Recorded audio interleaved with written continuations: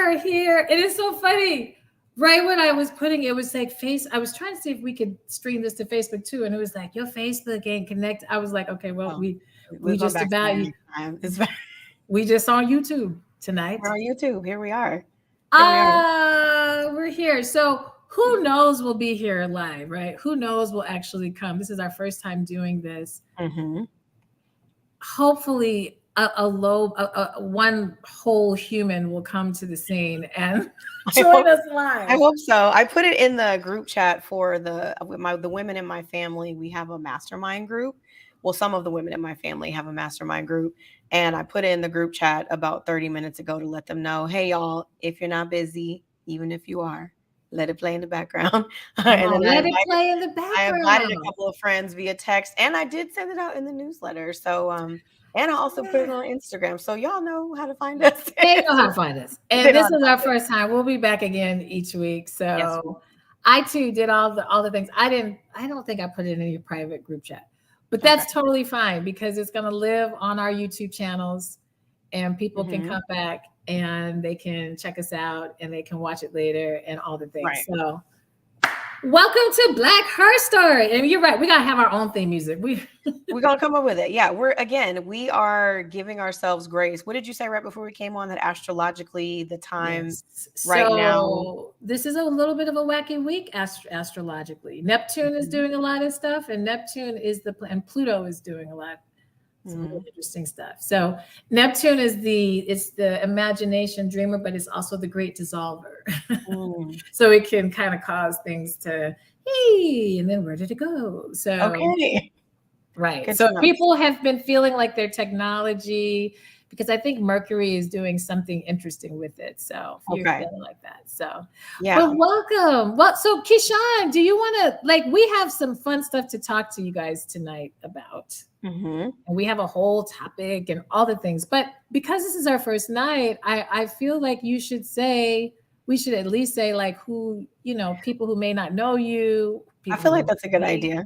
Yeah, I feel like that's a good idea. So my name is Keisean Raines and I am the Calm Coach. And the way that I connected with Kenya was through the coaching services that I offer, which also came through connecting on Clubhouse. For those who remember Clubhouse, rest in peace. I don't know if it's still there. But maybe she said rest in peace. You said rest in peace. But there was a big insurgent. It's still there. Okay, so shout out to Clubhouse. So we connected on Clubhouse and Kenya hosted a couple of rooms. And there was one room in particular that was conversations about the topic that we're going to get into later on today. And I just really liked her energy and we connected and then she hired me to coach her and then we just became friends. And so I'm happy to be here, happy to offer insight and empower and share my own personal stories in order to uplift the women and the men who tune into this show. So yeah. I love it. Yes, that's exactly our story. I met some honestly, if it wasn't for Clubhouse, I'll be honest. If it wasn't for Clubhouse, obviously you and I wouldn't connect it. This wouldn't have happened. There's, with you being my coach, there's the podcast. Honestly, I don't know if I would have launched it. So all of that got connected. And the other side of Clubhouse for me was the whole astrology thing. I just kind of landed in these really amazing astrology rooms. And what made them really amazing for me, honestly, was because they were all Black people leading these discussions on astrology. And I, to be honest, had never been in spaces with Black astrologers. Right.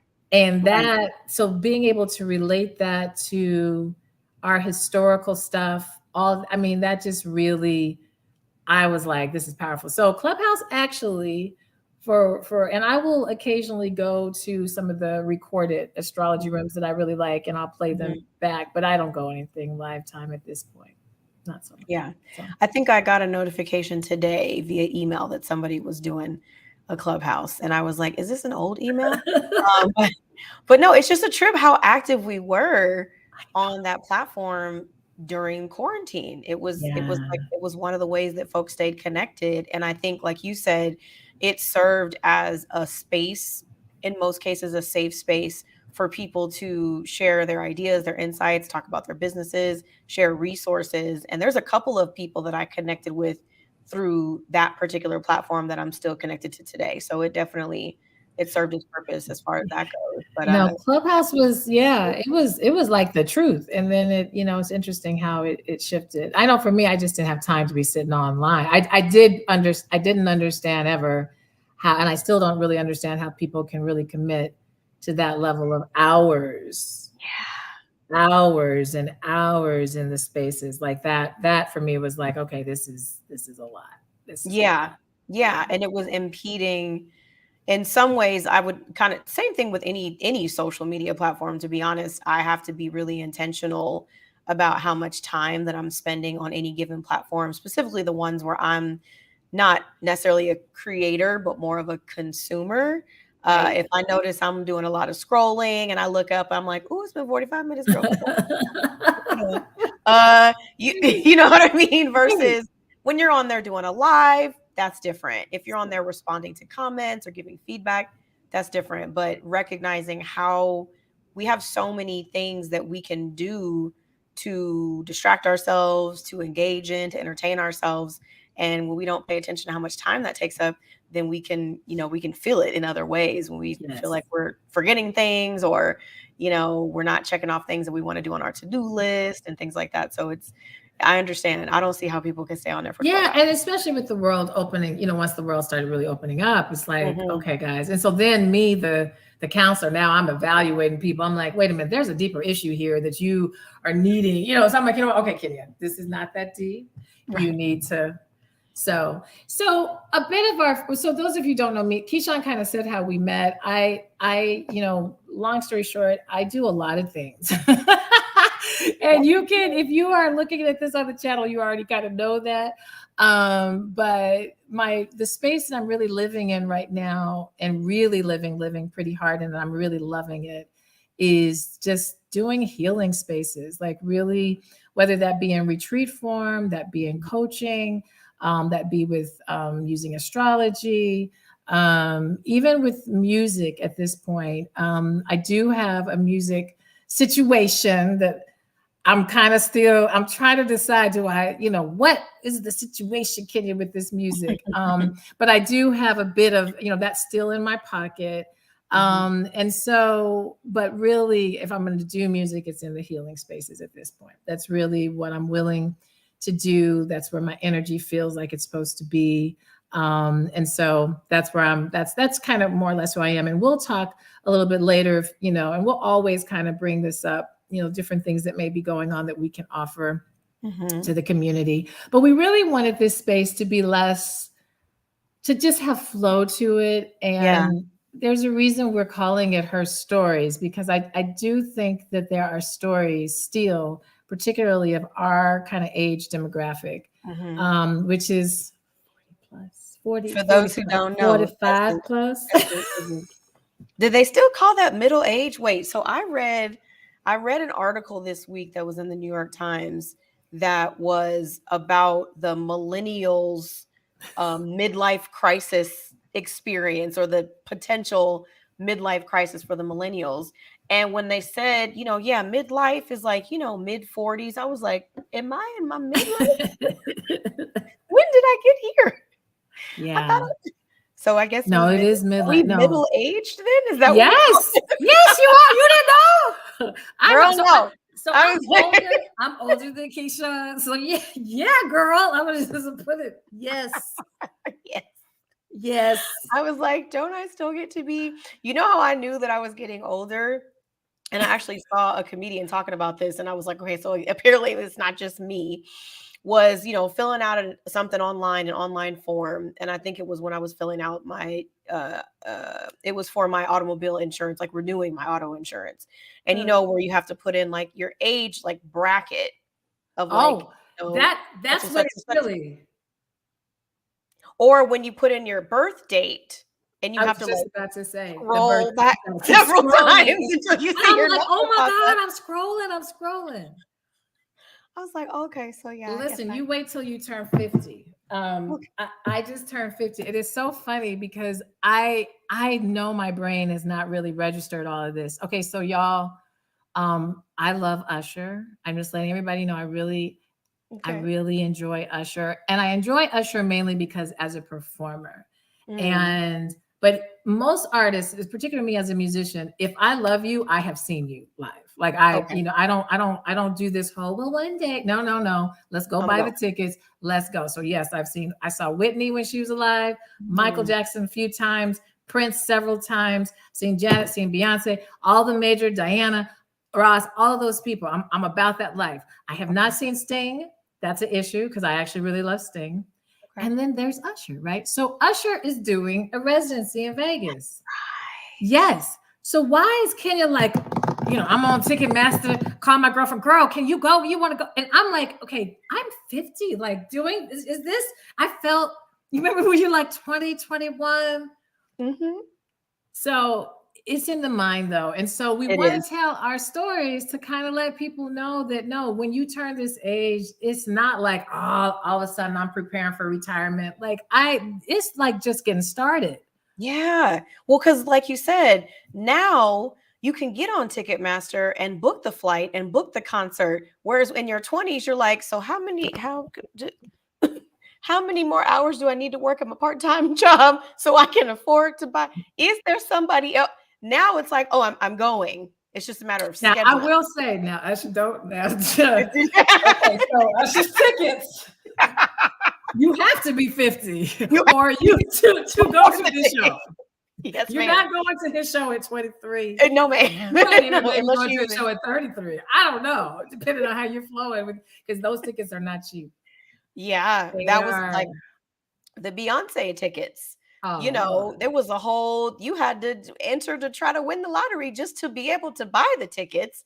And then once you got your name in the hat to be able to buy the tickets, then you get to see how much the tickets actually cost. And that's when you have a moment where you're like, do I love Beyonce that much? Or since I have seen her before, what's really going to be different about this show? Okay. Is she going to do something really different? I don't even peek in that territory. I don't. Okay, Jill Scott is my next person right now because she's doing a whole. It's the 25th, I think, anniversary of her album, her first album. Who's Jill Scott? Mm-hmm. And she's gonna perform the album and do it in the order of the album. And so I was like, okay. And I love Jill. I've seen her insanely amount of time. I don't even know. But anyway, but I've seen her a lot of times. So if I don't go, I'm not but I haven't seen Usher yet. So I broke down, me and my girlfriend. I said, girl, we acting like we are what age? We though got our tickets and now we got to work on, all the other things. So love it. So we have a topic, but before we do a topic, is there any other current event that you think that's happening or that has happened recently for you that's been kind of like, that you want to share, talk? What's interesting is, like I mentioned earlier, I am active on social media. I do, in addition to other things that I do, consider myself to be a content creator. And I know what's big in the social media world this week is this potential ban on TikTok. So we experienced this, in the previous, presidential administration that they were thinking about banning TikTok. And so all over TikTok, folks are up in an uproar about the potential of losing access to this app. And then what also happened this week is that Instagram announced that they will no longer be compensating creators for Reels. So for some content creators that were eligible, you were actually able to earn income from your Reels. And Instagram is like, we ain't doing that no more. Because we weren't making it, because Meta was saying, we're not making enough money off of these to keep paying the creators. So that stood out to me because I know there's some people who are content creators full time. That's their only source of income. For me, it's something in addition to other things that I do. But it just reminded me of how the content creator culture is part of how we create media at this point. The old school way of getting music even produced or getting films distributed or TV shows sold or seen, things are very different. And so that stood out to me as hopefully a reminder also to other content creators that it's important, if not imperative, that you content that you can own, that you can deliver to your audience in a way that you get to decide where it is, how much it costs, how do people access it, because you never know. These platforms are not always thinking about your best interest when they're making decisions. Well, So not to bring up too much astrology, but Neptune, I said the great dissolver. It's interesting that you said that this came out this week talking. And so that's kind of an example of these things that are here one day and then can quickly go. And so our ability to really make sure that you're frozen on my end. I hope I'm still here. Okay, there you are. I was just making sure it wasn't my end because, but it might be. Anyway, but what you just said at the end, as far as really having your own platform, or because, and that's always been my concern with social media, is building and putting all your eggs in the basket that you don't own. And, YouTube is the closest, honestly, that's probably going to be set up they've figured out a way to monetize it in a way that does give you a little bit of better partnership involved. But there's a lot that you kind of have to do to get in there. But, people have very, very full, careers and stuff from their YouTube channels and, making the videos, depending on how you're uploading that, you still own, if I'm uploading a video, now this live is a little bit different, but if I'm creating my own video and then uploading it, I at least still have my content. Right. So if I want to put it on another platform or create it, I have my content. Right. Whereas it's a little bit trickier with Reels and these other things. They kind of have you can upload stuff too, but all the little cool things, the sound voice and the effects, and they own all that. So that's a hot, yeah. So that was my hot take. That's your hot. No, I think that's, I don't have it. So for me, this is a sad take. Bobby Caldwell. Bobby Caldwell passed away. He transitioned. Bobby Caldwell is What You Won't Do for Love. Y'all know. What you won't do for love. Okay, y'all know What You Won't Do for Love. Bobby Caldwell also, though, and I don't know, maybe people have tuned in now, but Common's The Light, the song, There Is a Light That Shines. Okay, The Light, that's Bobby Caldwell. Okay. Yes. Okay. And then My Flame. If you heard, you'd be like, that's Bobby Caldwell. Was a soul singer, R&B. Yes. Bobby Caldwell. A white man, though. Yes. Yes. And so this is the other point. Okay. Bobby Caldwell, I would probably say, and hi to Lisa Ray. Talisa is chiming in. Hi, Talisa. It is good to see you. Thank you for joining us. Bobby Caldwell is who I would say was he was the father of Blue Eyes. So he started, I think, I don't know how many other, and I mean really allowing himself to be not kind of I'm gonna try to get white people to really accommodate my now blue-eyed soul. Really, no, I'm here for the community who is for me. Okay. And, he was in the 70s really breaking out when he, amongst that 70s soul space where I think a lot of different white artists were breaking out in those spaces, but he always stayed pretty committed to keeping his audience, I would say, within a predominantly Black space and R&B and soul space. So he had been ill for a while. So this wasn't a sudden situation, but nevertheless, we give love and thank you, Bobby Caldwell, for, Mike, I don't know how many people have redone What You Won't Do for Love. I did not know that Bobby Caldwell was not a Black man.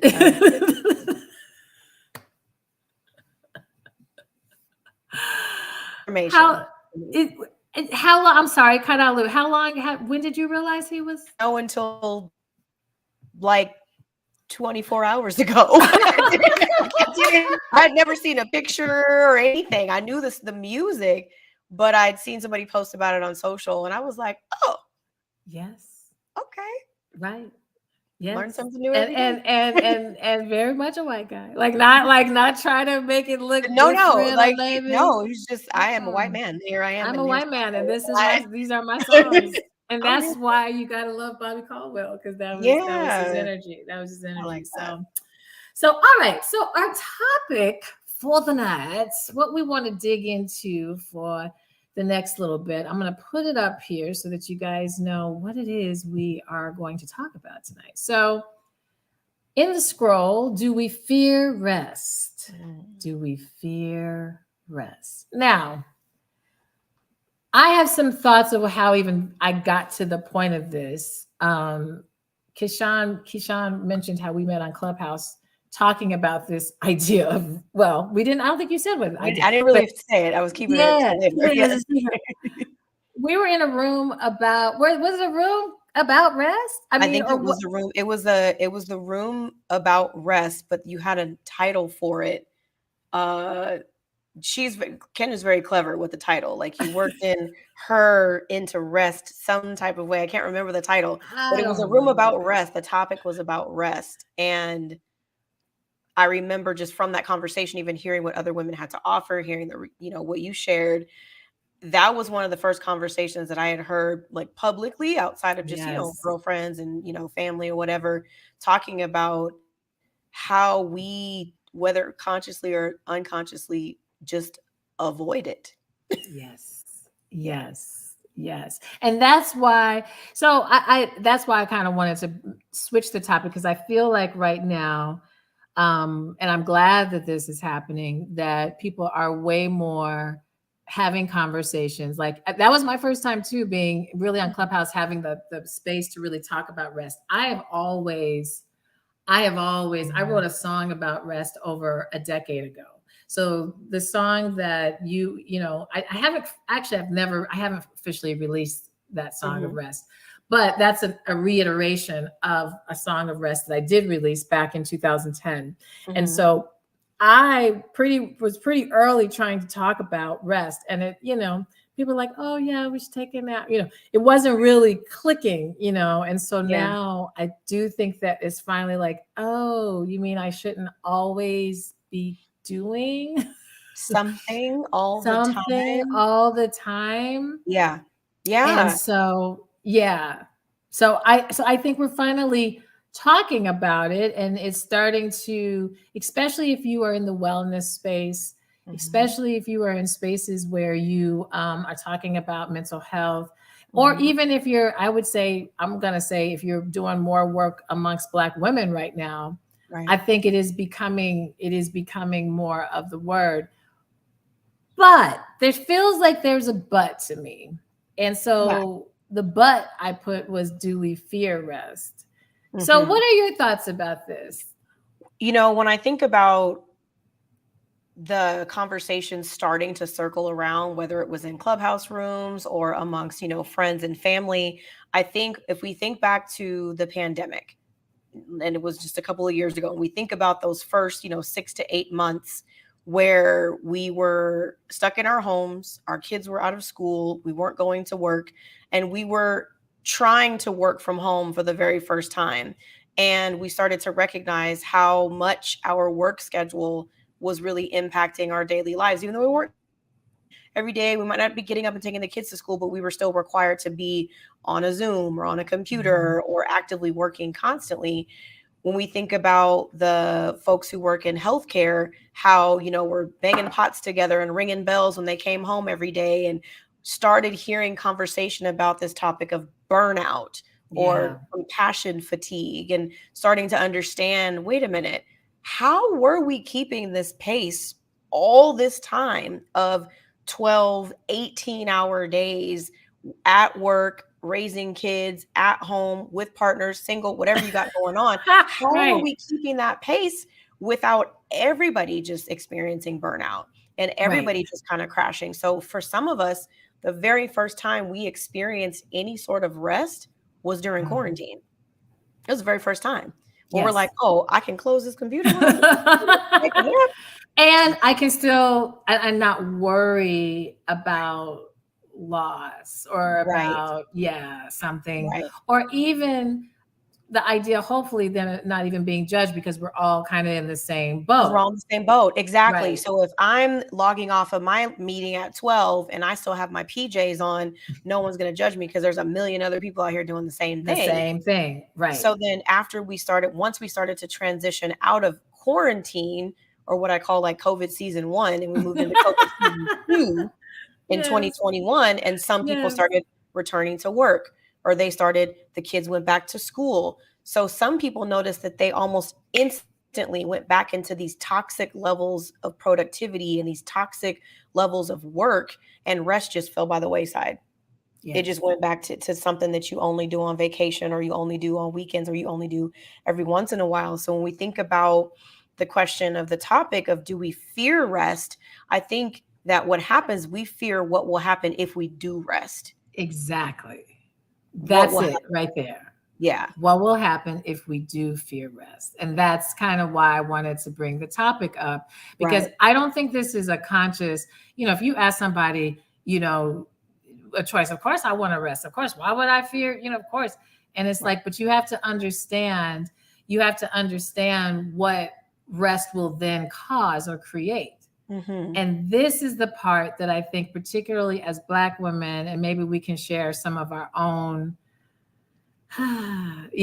experiences of fear, because and it's very deep. Like, it's not in this part. It's deeper, and it's and I will say, yes, I probably have feared rest in points in my life extremely, which is why I wrote the song.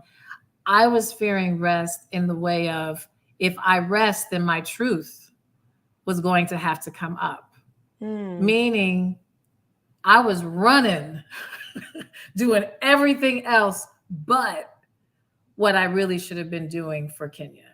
Right. And I knew that. And so for me, this whole rest idea, like I said, I wrote a song like in 2010. But before that, what got me there was because I was avoiding doing music. And I was avoiding it because inside of me, I knew if I start tapping into music, this whole life that I've created, this nice white picket fence with, 2.5 children and husband and all this is going to start to come into question. Yeah. This is all going to start, because is this really in alignment with who you really think you are? So if you get still and start really thinking about your life, what are you going to do with this life? Like, if you know this other life that is always doing this. If I get still and start looking at it, so what? I'm just going to look at it. So for me, that's why I avoided rest, because I kept running, trying to do everything but the thing that I knew was really inside me. And it was really because I had created, I had manifested, if you want to even use that language, I had created this life of what I thought was going to make me happy. I thought these things were going to make me happy. And so once I got in the middle of, working, I was working full-time in higher ed and doing clinical physical therapy. And I had my baby, and my babies were healthy, and I'm in a marriage, and I've got a nice house. And so these are things that I was told will make things better. Right. And I wasn't feeling.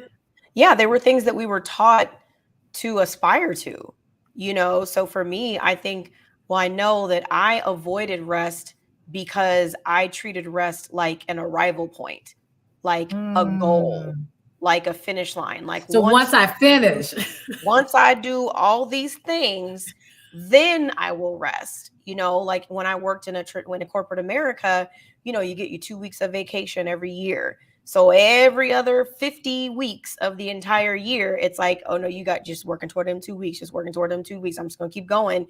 And then it was also treated like an arrival point, because it was like, I'll rest when I'm older. I'll rest when my son is older. I'll rest when I have more time.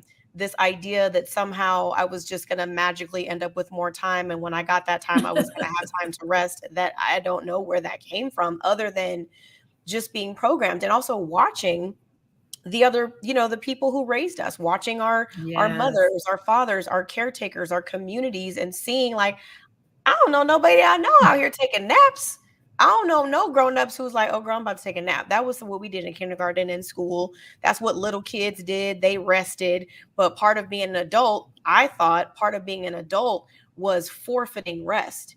And also when I became an entrepreneur, tapping into some very toxic work habits that were taught by coaches and other motivational speakers, and no shame to them, but the ones who say like, I'll sleep when I'm dead. No, partner, you're gonna be dead when you're dead. You're not gonna be sleeping, you're gonna be dead.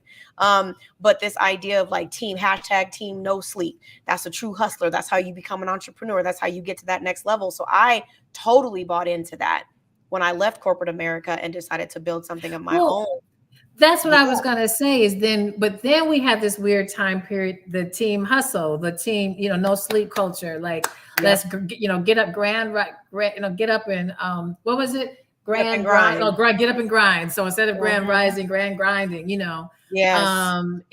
And so then we got into, and that was that's pretty like right before COVID, pretty much like, just like, we got to grind, we got to make it happen. Music culture is saying that. And then it was like, no, we're going to shut this all down. We're going to shut this down. Now we do have, I want to read, I'm going to put, on here, Talisa said, oh, so true. People work forever and never get a chance to enjoy their lives, retire at 65 and be gone by 70. Right. Come on. That yes. Part. I've seen so many family members that be the case. I watched my uncle, literally, I think my Uncle Leon retired, I want to say maybe 4 months before he died, a few months before, after working for 60, whatever, like many years. And, so this thing of working ourselves is really serious. So at the same time, this fear of resting and what it will reveal. Right. I finally I collapsed, like spiritually, emotionally. I literally just couldn't go anymore. I would drive. I remember this so clearly. And I would ask myself, this was back in, probably like 2008, somewhere in there. And I would be driving. At the time I was working at a university. I wasn't doing anything creatively. Everything you see that I do right now, none of that was going on.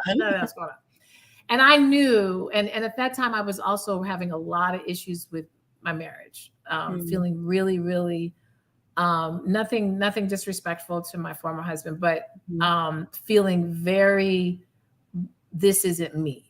This isn't me. This is a nice person. These are good, but this isn't Kenya. And so I don't know if you remember Dr. Robin on Oprah. Oh, Dr. Robin, yeah. What was Dr. Robin's last name? I think she just went by Dr. Robin. Okay, I remember Dr. Robin, yeah. I think she's still around somewhere. But anyway, Dr. Robin used to do this radio show, and she was like the Iyala, like just speaking listen, these are all. And I would listen to her driving. And I would cry literally every day driving to work, I'm like, when am I going to be happy again? When am I going to not cry to work? Like, this is awful. I am literally sad every day. And I would get myself together. Like, I kind of knew at the point at which I need to get myself together, because I was getting ready to go on campus. And there was this one day I had gotten to campus and I couldn't get myself together. And I was like, okay, I got to get in because I have to teach. And these classes are going to start soon. I got to go in. And I was like, okay. So I pulled myself and I got in, I went to the bathroom and I came out of the bathroom, and one of my coworkers was like, hi, Kenya, how are you? And I was like, ah, and I like broke down. Like, I couldn't, she said, how are you? And I really not like, ah, she was like, no, just how like are you? And I'm like, I'm not good. I'm not good. And she didn't know left from right in my life, right? So I couldn't then go and confide in her what was really going on. But for me, it was the first time I was like, you couldn't keep this together. You couldn't keep this together. You have to let it fall apart, Kenya. You have to go sit down. And that was, I'm not saying I just dropped everything at that point, but it was the first time that it kind of hit me. This is not good. Like, you are emotionally spent. And I think the only reason it didn't manifest in my body completely was because of my age. And, I was at a point in my life where I was still working out pretty. So my body was still like, yeah, we got you, girl. we good. We good. Yeah. We good. Right. But see, at this point where the body's like, well, we try to handle menopause over here. We try to handle this job you've been doing over here forever, this weight that you've been collecting over here. So it's your like, kneecaps baby, ain't the same as they used to be. Like, things are different now. Things are different now. We feel it differently. And I think, I had an experience before I left my last job, when I was working for Apple. I remember there was an extended family member who suddenly passed away, and she wasn't even 60 years old yet. So she was in her 50s, and she just collapsed and was gone. And I remember getting the news about that while I was getting ready to go into work that particular day. Oh, wow. And I walked in and wasn't greeted like you were greeted. I was greeted with the like, oh, you're, like, what's wrong? And I was like, you want to know what's wrong? What's wrong is we're wasting the time here. What do you call it? Norma Raymond, where I was like, this is all bullshit. None of this matters. I had a whole moment where I was like, this is dumb. And I literally was like, I don't want to do this anymore. Whatever this job is, I don't recommend this, y'all. It's not a good idea. Especially if you're a single mom. Don't just quit your job with no notice, okay? Don't do that. I'm not saying this is not advice. This is just my own personal experience. This is my story, right? My story, right? But I had a moment where I just broke, and I was like, this is not what I want to spend my life doing anymore. And I had to go through the process of, transitioning out of that role. And then I was invited into my first yoga class. And then I was invited into my first meditation experience. And those are the moments where I realized how much I was storing in my body as a result of just sleep deprivation, commuting for 2 hours to and from work, raising a kid, working, all the things. It didn't show up in my body as illness. However, I knew in that moment that I was like, bump that if I had done it one more day, it would have shown up. It would have shown up some way. And I was like, I'm not risking that. Yeah. Girl. Yes. And this is the thing. Those of you who, are watching and who, again, your body, it's, in its earlier ages, it's not to say that as we age, our bodies fall apart, because that's not true. But our bodies do shift. And they need different things. And one of the things that they do need is more. So yoga, what's so wonderful about yoga is it pushes you into stillness. It pushes you into breath, and really utilizing your breath to help flow and movement. And so this is the stage that your body is actually really, that's what it's wanting now. Like, it's wanting more of that. And so when we keep trying to hustle it too is like, so now I will say this. Now, don't think I've arrived. Okay. So I just recently really, really, really had to get honest with myself. I'm still, in the entrepreneurial space. I'm working at the university. My kids are older, so it's not as hands-on, but emotionally, yes. It seems like more emotional labor the older that the kids get. Yes, it's a whole different thing. And so I was having I don't want to say health issues, but I was having some physical stuff, some things that I just, even in my certified health coach, physical therapist, licensed self, all those degrees in education, I'm going to just tell y'all the truth about what was going on, because it's her story. I was having crazy constipation. Like, it was, and I've always, it wasn't nothing moving, right? It was like, we ain't going nowhere right now, Kenya. We're staying right here. Yeah. And the thing is I've always, my whole life, kind of, constipation has always been that thing that I'm like, okay, you got to watch it, girl, what you eating, how you moving, what you drinking. But this particular time, about 3 months ago, my body said, okay, Kenya, you've been thinking, because I eat whole foods, I work, and I'm like drinking 20 gallons of water, like, and the poop is like, we're not coming out. So I could feel the poop there, but it wasn't coming out. I'm like, what the hell? So now, of course, my brain, I got everything at this point, right? I'm like, I got a tumor up my ass. It's not coming. It's blocking everything. Self-diagnosed. I have malaria. It's all the things that you can have. Yep, I got that too. Prostate. Yep, got one of prostate. I got a prostate. I got a prostate, and it's not doing well. Right. Exactly. So once I kind of said, you know what, Kenya, no, put on this. Long story short, it was my pelvic floor, which we're going to talk more about later. Your pelvic floor is the muscles. A lot of women, we have a thing called a pelvic floor, and that's what's kind of holding, is what's holding the uterus, and it's doing all the muscle work for us. Yeah. Okay. So when you're saying, oh, I'm Kegeling and all of that, it's the pelvic floor, but you shouldn't. I've been Kegeling hard my whole life. Well, guess what? Kegeling fucked me up. Okay. So I was told, stop Kegeling immediately. Like, I'm like. So everybody who's doing that right now, chill out. Just till the end of the show. Don't Kegel for the next 20 minutes. We're going to do a whole episode about your pelvic floor. But yes. But just understand, if you're constipated, you need to watch out with your Kegeling, because what's happening is you're tightening the pelvic floor. So the pelvic floor attaches to the rectum. It controls the muscle. And so if it's tight, it will close it. It clenches it. And guess where in women a lot of our anxiety and stress fall into? Where? Our pelvic floor. Why? Because we're women and we have a womb. What's the body trying to do? Protect the womb, protect the woman. She's anxious, she's stressed, protect her. Clench. Right. And so all my anxiety was going into my pelvic floor. And it had gotten so bad, not only with the constipation, but I was just having pain in my butt and my legs. It was gotten bad. So I finally got my brain and my soul and my spirit. And I came to ancestors. I said, y'all got to help me out, because I can't feel like this. I can't feel like this.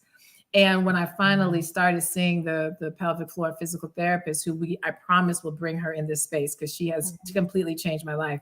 She was finally showing me, like, girl, your stress is sitting right in here. And I'm like, no, I got to hold my uterus is going to fall out, girl. My uterus is low. It's malaria. I promise. I know what it is. It's not that. It's something else. My rectum, I got to hold it up. It's falling out. She's like, no, girl, your vagina needs to rest and your pelvic floor needs to rest. My pelvic floor and my vagina needs to rest. Yes. Let her rest. I said, what? So she's like, release. And I'm like, what? I said, and I literally felt like, I'm like, no, my uterus is going to come down. She's like, Kenya, your uterus is all the way up here, baby. She's like, let it. So I said, well, what's happening when I rest? She's like, that's the pelvic floor just droop. Wow. And I'm like, oh my God. And when it goes droop, that's when the poop can come out. There you go. I haven't had any poop problems since I've been seeing her. So this is how serious rest can manifest itself in us. Like, it's no joke. It's no joke. Oh, I hope Keyshawn is here. We're frozen. I hope. Can you hear me, Keyshawn? Is it me? I hope it's not me. I'm gonna keep talking. I don't know. I think Keyshawn's gotten frozen. We've been trying to ask the internet gods to be on our side. I still see everything. I don't know if she does. So I want to read a little bit while we're waiting for Keyshawn to get back in, and I hope it didn't drop her completely out. Oh, let me see. No, I don't think it did. Talisa, I love that you're really commenting. So I want to come to this. Makes perfect sense. I can hear you, Kenya. Oh, thank you. So you can hear me. So yeah, I think that Keyshawn, she'll come back. She'll come back. She's going to log herself back in. So I would love, Talisa, you said terrifying, I'm sure, mesothelial. You was like, yeah, that's what I thought I had. Right? I cannot urge you. This really kind of freaks me out, because you have to understand, I actually teach. Let me bring Keyshawn back in. She's coming back in. Girl, Neptune, whoever they are, Neptune and all the other planets, they ain't trying to let me be great today, y'all. I've been trying all day, but here I am. I'm back. She's back. I didn't say much anything. I was just going to say that, you just had to, here I am. I help other women learn how to create ease, create rest. And I thought I was doing that, but it really, spirit. And this is the thing, women, as we develop in our growth and our healing and our process, and don't think that there is a finish line. It's not a finish line. It's okay. Now let's go to the next space. And so, and it's usually a leveled up, and it's usually, I think the more you're really doing developmental work, it's almost like God, spirit, soul has to get a little more sophisticated to get you a little bit more nuanced, to get you to tap in deeper. So it's like, if I'm going to do this deep work with women, then I'm going to need to get deeper. And Absolutely. so this pushed me, this was a lot of lessons here, because a lot was happening. Keisean knows my pipes burst in my house. I thought I was going to have to move. Like, it was a lot. But I feel like once, in the moment I tapped into what was really going on with this anxiety and stress and how it was manifesting in my body. And so I started stretching every morning for 30 to 40 minutes, just stretching. Nope, I'm not going to lift no weights. Nope, I'm not going to go for no run. Nope, I did yoga. Yoga helps. I would, and we're talking stretch, like legs out, because you got to get the pelvic floor. Yes, like stretch out. And so women, we kind of, oh, this is our legs. We got to cross our legs. I had to open up the pelvis. It's like, we got to get this girl together. And it really did. You know, I'm still a work in progress. I'm still in physical therapy. I got my appointment tomorrow. We're still working things through. But it's so much better. So I fear rest in many times. Just when I think I don't, there's a lot of times there are things that are still very hidden from us that rest can reveal. Right. And right. Well, and I think, like you said earlier, it's not necessarily the rest, because if you ask somebody and like, do you fear rest? Are you afraid of rest? Does rest make you uncomfortable? Some people, they'll say yes. You know, I'm one of those people where, like you said, still a work in progress, still recognizing where these habits of what I call toxic productivity, where they came from, and understanding the root of why they exist. And productivity, while if utilized appropriately, like anything else, if done in moderation, like most things, is not problematic. But when productivity becomes an escape tactic to avoid the quiet, to avoid the stillness, or to avoid yourself, that's when it becomes problematic. So I know that as an entrepreneur, I remember early on a mentor, and I know they meant well, and I probably just took it too far what they said, because what they said is very simple. I'm gonna tell you what they said. So I had a mentor early on who said the difference between someone who is self-employed and unemployed is what's on their schedule. So if you look at your schedule and you don't see it filled with appointments and time blocks and tasks and things to do, you ain't self-employed, you unemployed. And that was told to me almost a decade ago. And I remember it because it stuck. And I was like, ooh, okay, got it. Fill my schedule. Isn't that awful? Yeah. And it stuck, and it became a habit, and it became a way of living for me, to where I was defining myself based on how busy I was constantly from morning until evening. And also this hustle culture, this team no sleep culture, this rise and grind culture, where I was like, well, shit. And when I was working in corporate America, I only had to work 8 hours a day, and I was guaranteed a paycheck. This entrepreneur thing, will I ever sleep again? You know, so I realized that it got into this, it became part of my identity, is how productive I could be. It became connected to my self-worth. How productive I could be. It became a measure of my success as an entrepreneur, is how productive I could be. And it wasn't until I started to, almost by force, universe, thank y'all for making me sit down. It wasn't until I sat down and was like, okay, but are you actually making any more money by working all this time, girl? What if you did take a day off? What if you took a week off? Is it really going to affect your paycheck that much? And it wasn't until I sat back and really asked myself, why are you really staying so busy? And a truth that was revealed for me was, so I can prove to everybody else that me walking away from that job was a good idea. Thank you. I can't just be over here chilling, because then they're going to think I'm unemployed. But no, I'm self-employed. I'm building something here, and it takes time for me to get to that. But I was avoiding rest because I was afraid of what it was going to reveal about me, instead of me recognizing I know what I'm doing. I made this decision intentionally. I know the vision that I have for my life. I know that I can produce more with less work.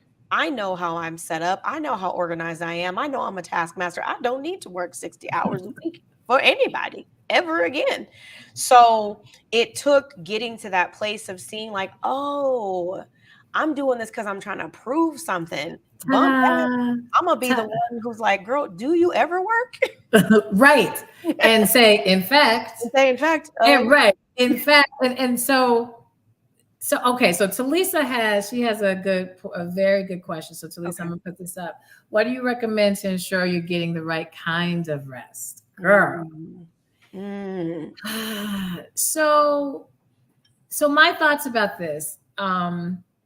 I don't know if there is a right kind of rest. I think that the bigger issue is kind of to what Keisean was just saying, is really understanding what's making you avoid it. I think that you have to get really still with self and better understand why aren't you getting it in the first place. I don't think there's a wrong or a right. Like if you want to do naps, if you want to, just decide I'm going to take personal health day once a week. If you decide every day at 2 p.m. I have my own siesta, I think you do whatever's going to free you up.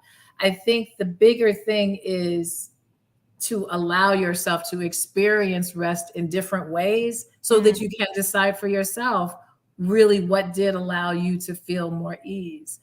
I think we have a hard time getting to that point. To Keisean's point, is that especially as Black women, and this now goes, and one of the feature things, we feature products and services at the end, so stay tuned. And one of the things we're going to feature really highlights this.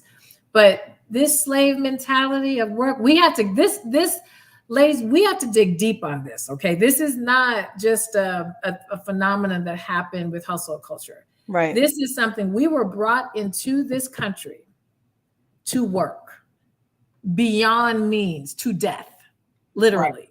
Right. Work to death, potentially. Mm-hmm. The only reason why not to death is because they need you too much. Exactly. So let's work you hard enough right before death. Right.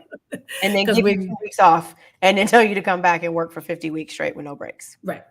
Exactly. Mm-hmm. So I think we have to understand understand again that for us, 400 plus, almost 500 years of do you know how heavy in our DNA that how many generations are going through that level of labor? So to think that in our little, 150 years, 160 years of freedom per se, that we all of a sudden are freed from the work gene. No, it's heavy in us. It's heavy in us. So our worth, to me, sometimes I feel like Black excellence and doing all the best things is kind of golden handcuffs, because now am I excellent if I ain't doing nothing?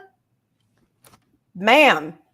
And better yet, if what it takes for me to be excellent means I have to sacrifice rest, AKA something that is a pillar of my well-being, in order to achieve that level of excellence, I don't want it.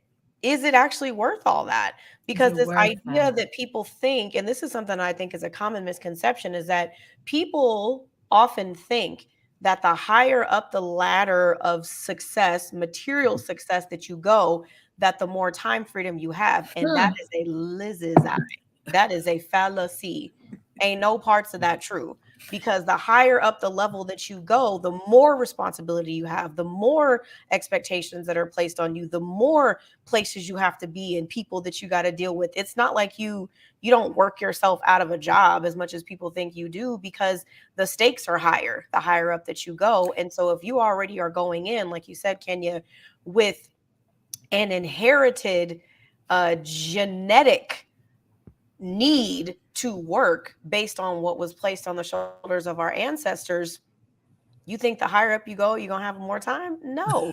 So it's like you have to make rest a requirement. It has to be part of your livelihood. It has to become something that you're not working toward, but something that you just do.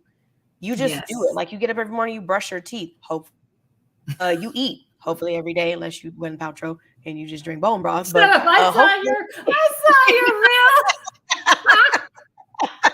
hopefully you're side joke. eating and sleeping, and hygiene is a priority, and sleep is a priority. And like to Lisa's point, I think to kind of echo what you said, it's less about the type of rest, whatever method that is. It could be meditation. It could be a recline. It could be a full-on nap.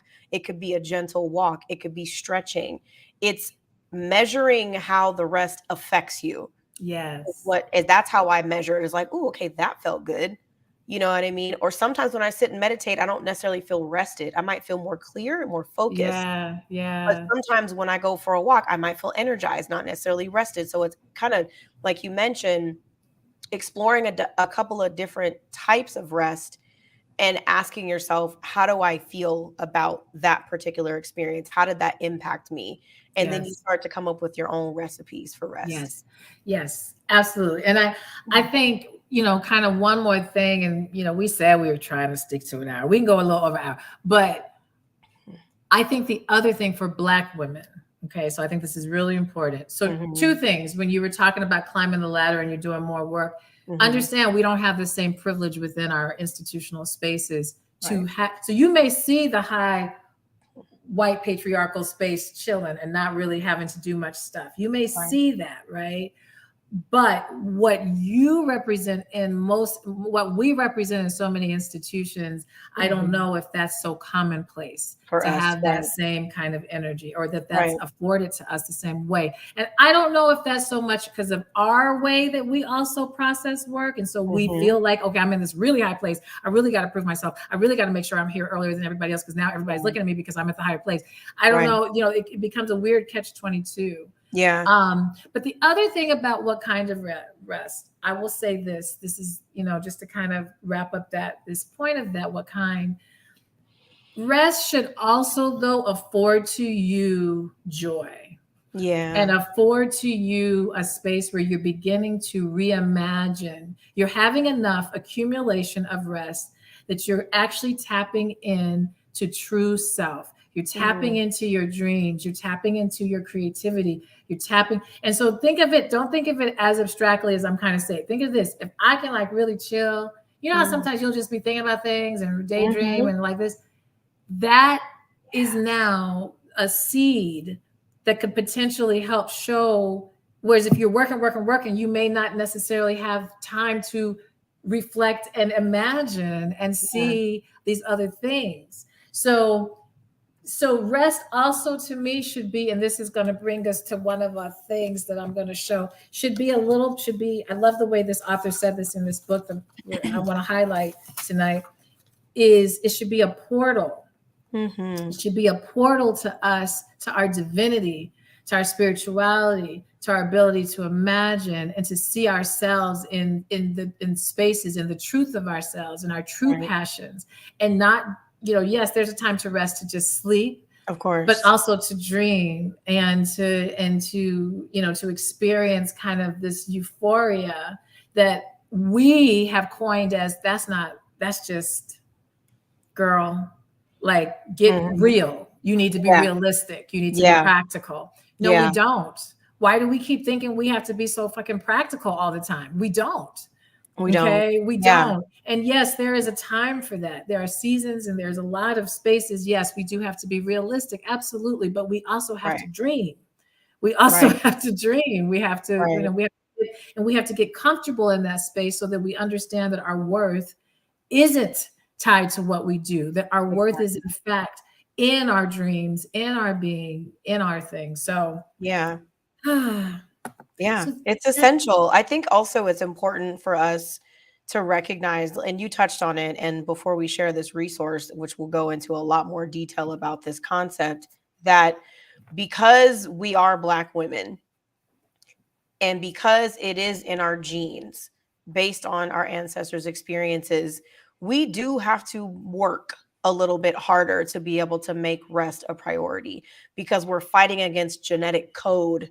At this point, we're fighting against mindset. We're fighting against programming. We're fighting against culture that we were brought into, that we were ingrained in. So understand that unless you had the blessing or the privilege of having elders around you who prioritized rest and gave you an example of what that looks like, you might be the first one in your whole lineage to say, hey, I'm taking a nap. Hey, rest is a priority around these parts. I'm changing the whole situation here for everybody who comes after me. So understand that if it feels like, what are these ladies talking about? I don't have time to take a nap every day, Kenya. I can't just be meditating all day. Like, understand it might seem a little out of the ordinary at first, but understanding how essential it is to our well-being, I think, is what helped me to make it a must and make it a priority. My son just walked in. I'm like, that's mine. Good. So this is interesting. I'm gonna say this, and then we promise we're gonna start. We're gonna wrap it up. We're gonna start to wrap up, but we're gonna go over a little more than that. So I didn't know this when I was. So my mom, I will say this, and so I don't know. I have to tell my sister to watch this video and to join us. But my mother, every single Saturday, and most Sundays, my mother had her newspapers on the bed. She would get her little pretty pajama gown, 1970s, whatever, and she would sit in that bed, and she stayed in that bed all day. She would get up to pee. She would get up to, she would cook us a little something early in the morning. And Saturdays we knew, okay, mom's going to cook turkey necks. Yes, she would cook turkey necks, and turkey necks, listen, let me tell you what. Anyway, she'd have the greens, the turkey necks, because this was the time where she could really, I think, because my mom worked full time. Yeah. Yep, she could take the time to do. So she would do it in the morning. So the food was set for us. She would go in her room and she would stay in her bed and read her magazines, read the newspaper, maybe watch a show, nap, get up, maybe go to the bathroom, check in a little, go back in her bed. And it's funny, at that time, I didn't realize how much she was actually resting. Okay. Yeah. And she didn't talk to me about that. And I wish she had talked to me more about why she was doing that or what was happening for her. Because again, with this other genetic stuff, why she ain't doing nothing?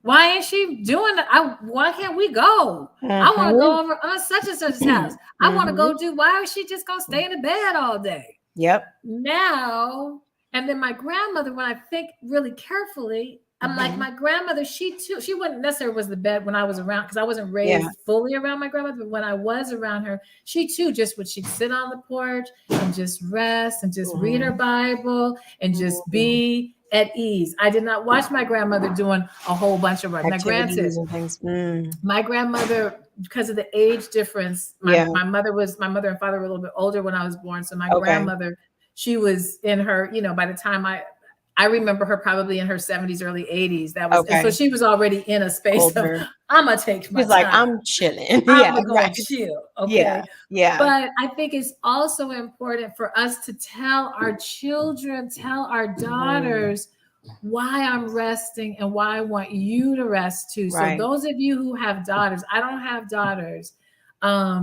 But I have sons, and my sons, listen, they grab their rest. My son today came in my room. I need a mental health day today. Okay. Said, you need a mental health day today. You ain't done what have you done? Right. So I didn't have to pull it all together. But I had to sit down and tell him what mental health days really mean. Right. And how to not use that as just a trendy coin thing. Right. Yeah. Exactly. Yeah. Like, we it's okay to take breaks. Right.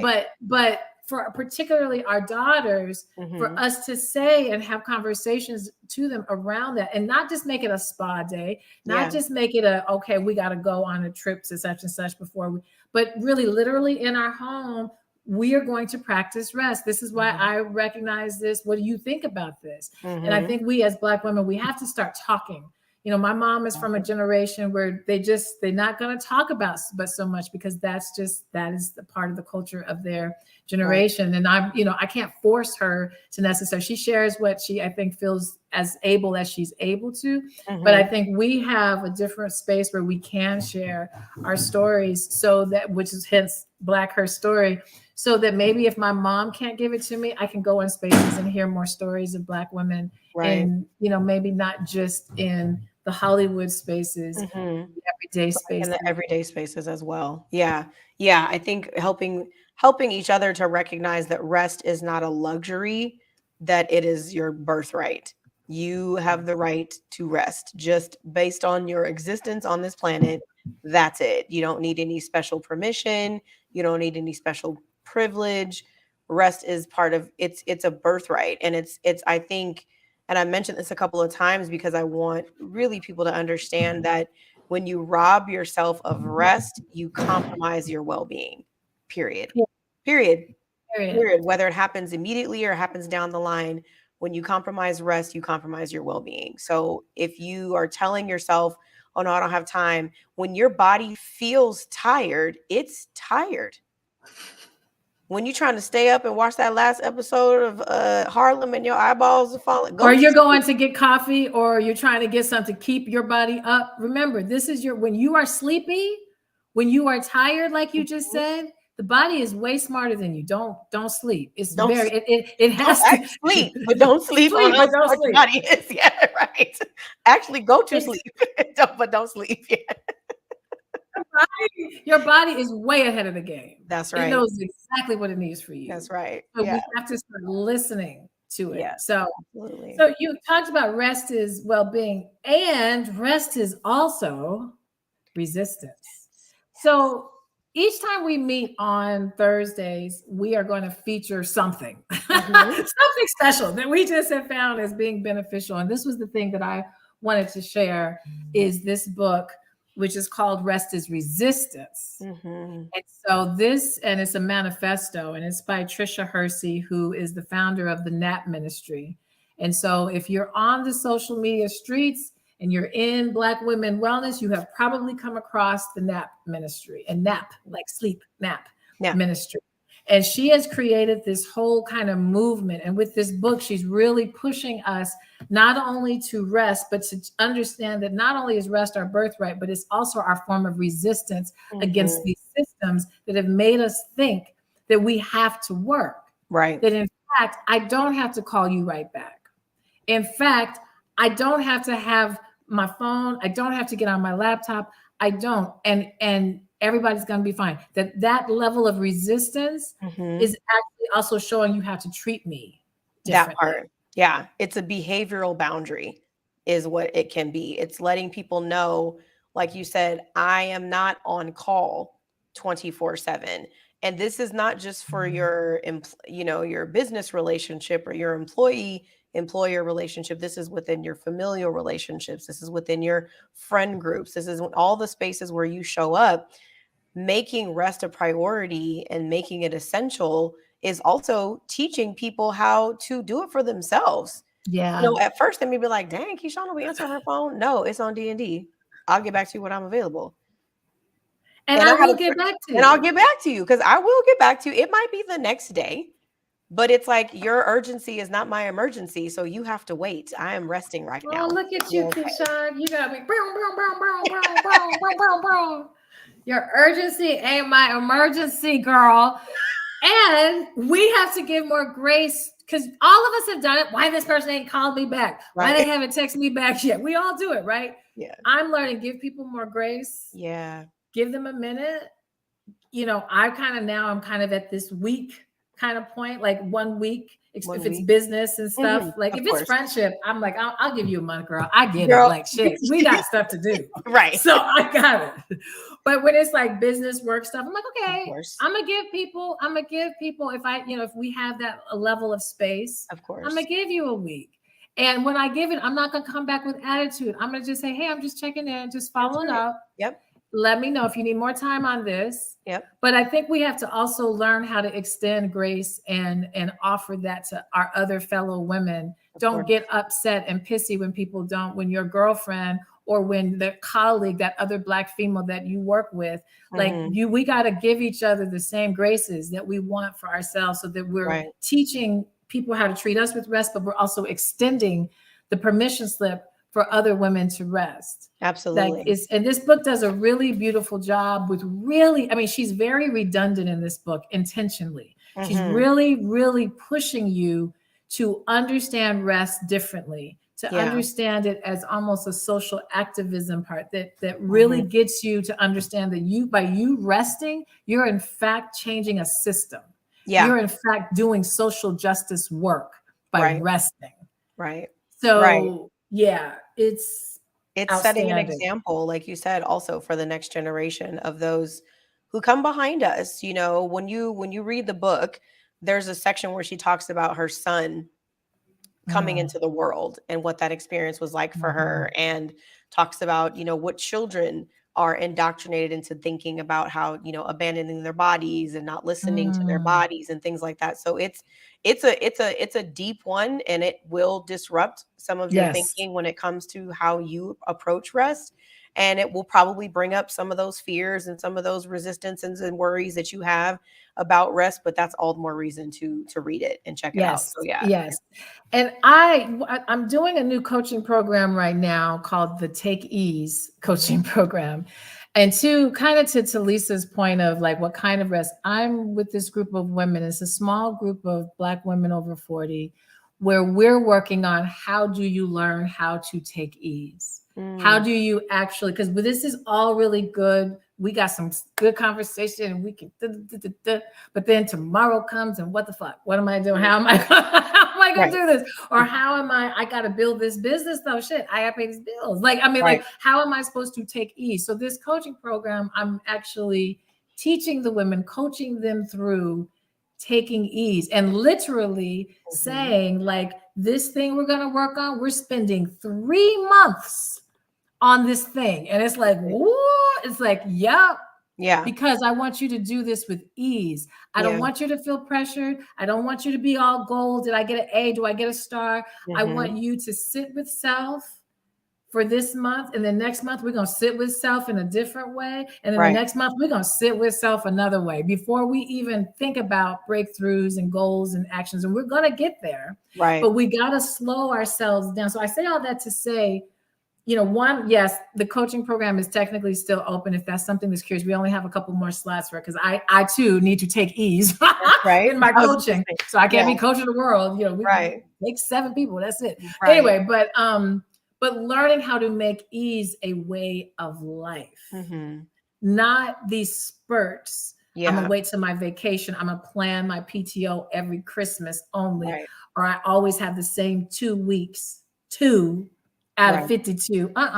Right. How do you start making it a lifestyle where literally every single day, and you have Mhm. to build up to this, okay? Mhm. So I'm not saying to start off this way. I think you have to Right. take an inventory. How I often think do so you too. really think you're resting right now? And if Right. you're like, you know what, I only really rest that 1 week of vacation that I really get. And even then I ain't really resting because I got my kids, I got everything else going on with it. Mhm. So it's like, well, let's start there. We got that 1 week.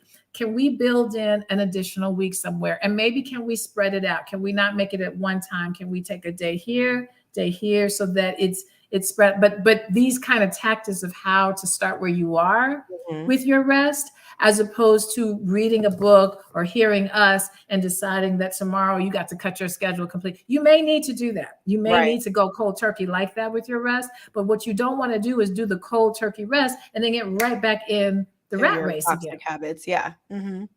Yeah. Yeah. Yeah. And that's important, because I think that happens often where people will hear a show like this, or someone recommends a great book, or they go to an event and they get, they get fired up, they get on fire for whatever it is. And they're like, I'm going to go home and change my entire life. And then that lasts for like 24 hours. And then everything kind of falls by the wayside. So doing like a gradual introduction, even with this, for those who are thinking about addressing the question of, do I fear rest and why do I fear it? So maybe, what you do this week is sit down with yourself and maybe pull out your journal or a piece of paper and ask yourself, do I fear rest? And if so, why? What is it Yes. that I'm afraid of? What do I think is going to happen if I do rest? What do I think I'm going to find on the other side of rest? And if it's something that you have been avoiding for some time, then maybe create some space to sit with that, and ask Yes. yourself, what would it look like if I did actually create the time to get still? What would it look like if I made the time to imagine, to daydream? How would my life look differently if I started doing these things? And maybe that is how you start to rest, is just by Yes. sitting down and reflecting for a little while and Yes. writing some of your thoughts down, because trying to dive into 12 feet of newness can be overwhelming versus There tiptoeing ain't no your rest in way in. that. Yeah, you gotta ease your way in, because then you're more likely for it to become real. versus something that feels like, oh, that sounds really cool. And those two Black ladies on YouTube are talking about this, but I don't know about all that. If you give yourself the time to kind of ease your way in, to your point, and let it flow through you, you'll start to see, oh, okay, this is where I can find rest. Yes. This is how I can practice rest. I'm gonna do it this way, and I'm gonna try it that way. And then it starts to become just a natural part of what you're doing every day. Yes. And let yourself feel scared. Yeah. We have this thing about, no fear. You can't let fear, or, no, you're a human. Mm-hmm. You better get afraid at some points.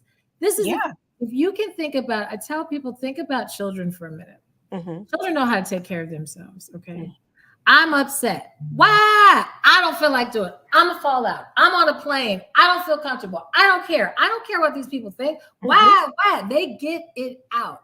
Yep. And then after they get it out, those of us who've had children or been around children, once you let them just get it out, what happens? They're fine. Yep. They get it out. Yep. They get it out. And then they're ready to move forward. Right. So don't think that we're so far removed. Yes, we have some development, maturity, all of the things, but we have to allow ourselves to feel sad, feel disappointment, feel fear, and do it in these safe spaces, the way you just explained, by journaling, by writing it out, by processing, by having a moment to just feel it. And having known that you've created this space. It can even be almost a date night with yourself. Light the candle, sit down, make it a pretty space, and cry. Yeah. And be okay with not being okay. Literally, don't wait for life to push you down. And now I got to feel the pain, because now I've just been pushed. I'm pissed. I'm pained. I don't want to do this. I got to get it together. I got to go. Yeah. You don't want that. You need to create your own space so that you can feel what you need to feel. Right. And allow yourself that, because once you get it out, it's you and we all know this. Oh, well, I feel a little bit better. It's just like vomiting. Get it out. It feels horrible to throw up. It's like to me, throwing up is like one of the worst. Feelings. I mean, it's a horrible feeling, but the immediate feeling is relief. Immediate is relief. And so we have to understand that we're not so far. If our bodies need that, don't think that your mind doesn't need that. Your mind is following that. It needs that. So I love what you just said. Start with just writing out it's like, listen, I fear that I know for me, mine was, I fear I'm going to have to leave this marriage. If I rest and really look at these things, I realize this is not what makes me happy. I fear that this is going to do this to me, and that I'm going to disappoint him. I'm going to disappoint my family. I'm going to disappoint my children. I'm going to change their entire lives in a way that I don't necessarily want for them. I'm afraid people are going to judge me. I'm going to lose my friendships. Like, all of those things were what was bounding me down in the situation. And so once I kind of could see the picture, it's not like in one swoop I had to solve it. It just at least let me admit some things. So then I was willing to start working on some things more specifically. Absolutely. Giving yourself the time, I think, is important. It's easy to outrun ourselves. We get so good at it, especially the longer we've been doing it. We become professional sprinters away from our own ideas. We become just as accomplished as we are in these other areas. I'm accomplished in this too. Girl, I am a gold medalist at avoidance. Okay. So rest is a way for you to get real with yourself. She's a gold medalist. A lot of us are. I mean, we almost, and the thing is unfortunate, because of the history, you had to be that. We had to be. Exactly. And again, I think that's important. And I know we've touched on that too, but I think that's important for us to just remind folks who are watching this that we are all pretty clear how we got here, how we arrived at this point. And everybody's story is different. Everybody's experiences are different. And I think something that is universal, specifically for Black women, and we'll touch on this in another conversation, this whole trope of strong Black woman and what that means and the toxic, implications that come with that. We know how we got here, and we know the side effects. We know the physical pain, the mental anguish. We know all that stuff. So this conversation, I hope, serves as a reminder, as they say, like on TikTok, this is your reminder. This is your reminder. Now is the time for you to consider rest as the essential element of your well-being that it is. Now is the moment for you to take some time to yourself and ask yourself, what is it that you are avoiding by not giving yourself permission to rest? And be gentle with yourself, because life is not going to be gentle with you. No, it's not.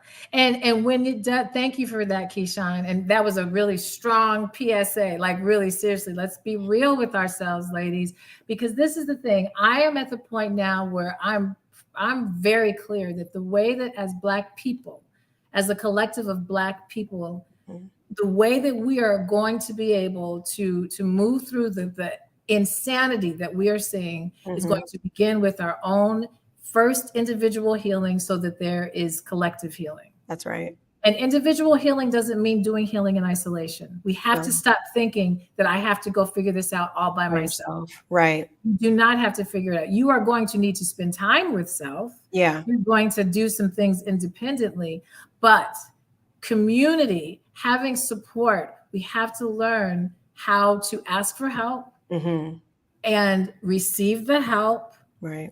And use discernment, make sure we're safe with the help. Right. And work on our healing. That is our biggest resistance right now. The way that we are going to be the change makers that we want to see is to begin to we have to heal. There is no what's happening right now. If you think about when you fracture a leg or a wrist, what's the first thing they put on? A cast. Yeah. Something to support it. The reason it's supporting it is to get it in position so that as it heals, once it comes to healing, it's back into its functional space. What's happening, a lot of people emotionally have had from trauma from childhood, from all the things that you may have never had any control over.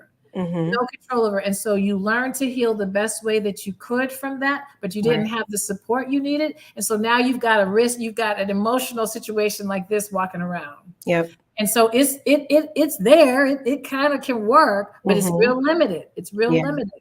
So as you start to begin to think about this healing work, this rest work, this is why I say get the support so you can get that cast, that anchor, that rod to help get you in position so that as you're doing that individual work, you're in position to just to move forward. But if we keep trying to do this work completely in isolation and not tell anybody what's going on with us and not getting anybody to kind of step into spaces where we can't, we are going to come out with cricket. And this is the thing. This is the other thing. And I'm going to put somebody said I'm so glad Kali is here in the audience. We draw in the same energy of where we're really needing the nurture. So this is the thing. If I'm walking around broke, I'm gonna draw in other broke, okay? Because we're gonna find each other. We're gonna find each other. We're gonna try. Oh, you broke? We broke. We over here limping together with our little crooked casts wearing selves. Yeah. So when I have women like, I can't attract, why am I attracting men that all got this? Understand this. And I'm not, no judgment, because listen, I'm divorced. Like attracts like. Come on. Yeah. We all do it. We all have it. Yes. We all have the injury. We all have the hurt, the wound. And we have it so that we will grow and that we will heal. So the thing is, if you are pulling in and you're like, why is all this going on?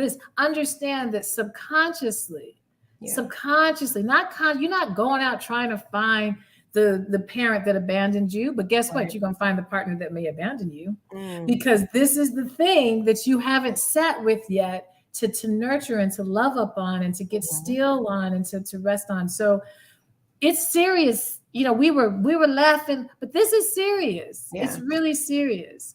I want to we've got some nice comments here, and I want to just kind of put here. This is Original Hair Whisperer. Healing is essential and community is an amplifier. Come on, Khalid. Yes, absolutely. Let's go to another one. She's got to get going, but this was wonderful. Thank you for being open, honest, and willing to be transparent. Absolutely. And each attraction to the injury is a blessed invitation and opportunity to heal. Yes. Yes. The Sun King said something really just to give us great conversation, ladies. Shout this from the mountaintop. Thank Yes, you. Thank you. yes. Thank you for that. And each week we're going to, these are the kind of topics we want to get a little uncomfortable and share our own stories. But there's so much growth in discomfort. It's so much growth. When we're comfortable all the time, we're just comfortable. Yeah. So I don't mind. I don't think. I don't mind. I think I'm comfortable being uncomfortable. Yeah. Yeah. But like you just said, you know, we can't do this in isolation. And I think that vulnerability is also a really important tool that we can use to be able to build connection, to create community. Like being vulnerable, being courageous enough to share our experiences. That's how people are able to heal as well, because they see like, oh, it's not just me. I'm not the only one who's experiencing this. I'm not alone in that. And I think that's part of what this particular space is for women to be able to come and see like, oh, her story is also my story, and my story is also her story. And while the particulars of it might be different, I think the feeling of it is very much the same. So yeah. Absolutely. Well, we're getting getting ready to wrap up. Do you have something you want to feature? I would say that the only thing I'm featuring right now is the Calm Collective, which is my private online community that launched at the beginning of February, and to my private community now it's launching to everybody. So you can find out more about that on my website. You can also find out more if you follow me on social. It's the space is definitely building. The intention of the space is also to attract other healers, facilitators, coaches, teachers, and guides. So this isn't the Keisean space, it's a collective space. So those who work with me individually, you know, I coach one-on-one. The intention of the Calm Collective is for me to be able to attract other providers who want to be able to offer their insights and their expertise to the community at large. So you can learn more about that at KeiseanRaines.com, or you can find me on socials at Keisean Raines. As I said, follow her, guys. We put our social media tags so that you guys can follow us and see all the goods. Both of us do a lot of shit. We do a lot of things. But we're taking ease. We're taking ease. Seriously, we are. We both have collaborated. Say less is more. I just shared, you know, I've had the most probably productive quarter I've ever had, and I did a whole lot less. A whole lot less. So, you know, similarly, if this book is something that the Take Ease coaching program, if that sounded interesting, this is a book that I give everyone who takes the program. This is my gifting to you. And if you're curious to learn a little bit more about that, similar to Keisean, you can go to @KenyaMJ Music on the social media spaces. Especially Instagram. If you look in the bio, the link, it really lists all the different things. And so we're going to be back again next Thursday. No, we don't know what the topic is yet, so don't worry. But we got a whole list. We have a list that will cover us, I think, like a year and a half. I feel like we have a lot of things that we can say between now. We got 50 weeks worth of topics at minimum, if not more than that. Yes. And if there's a topic that you're like, oh, can you guys talk about, then, you know, I should put this in the thing. You can email us so that, yes. And I think do I have yes, I do. Here we go. Okay. Yeah. You can email us questions and topics. This is actually the Finding Your Voice After 40. That's my company. And I got to put Keisean's email, but yours is really easy. What is the best email, or do you not prefer that? They can email me. It's just connect@KeiseanRaines.com. So either way, I didn't type that. This was pre-planned. It's fine. I had this. It's fine. Actually, email Kenya, because she better with the emails.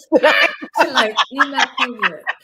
So yes, if you have some questions or you have some topics, some ideas you want us to explore and share, please email us at that info@findingyourvoiceafter40.com, and we will add it to the list. And as we go through, we will be inviting guests periodically to join us to hear their perspectives. And it won't always be women. I really do want to bring men in the space, because as women, I think it's super, super, super duper important for us to, again, we're here as the collective. And whether, you know, the male voice, non-binary voices, we need to be able to hear, because we're moving through this as a collective. So, absolutely, you know, how their stories are and what perspectives they bring to the table will help so much for us Yeah. to also navigate, these connections that we have. So yeah. I think that's it tonight. I think that's it. We did great. Thank y'all for hanging out. We'll see you. We did great. We give ourselves a hand. We did great. Hey, this has been a long time coming. So I'm glad that we're here. I'm looking forward to next week. And again, thank you everybody who tuned in live. And I know folks will also tune in and watch later. So please share this with anyone that you care about. And we will see you at the same time next week.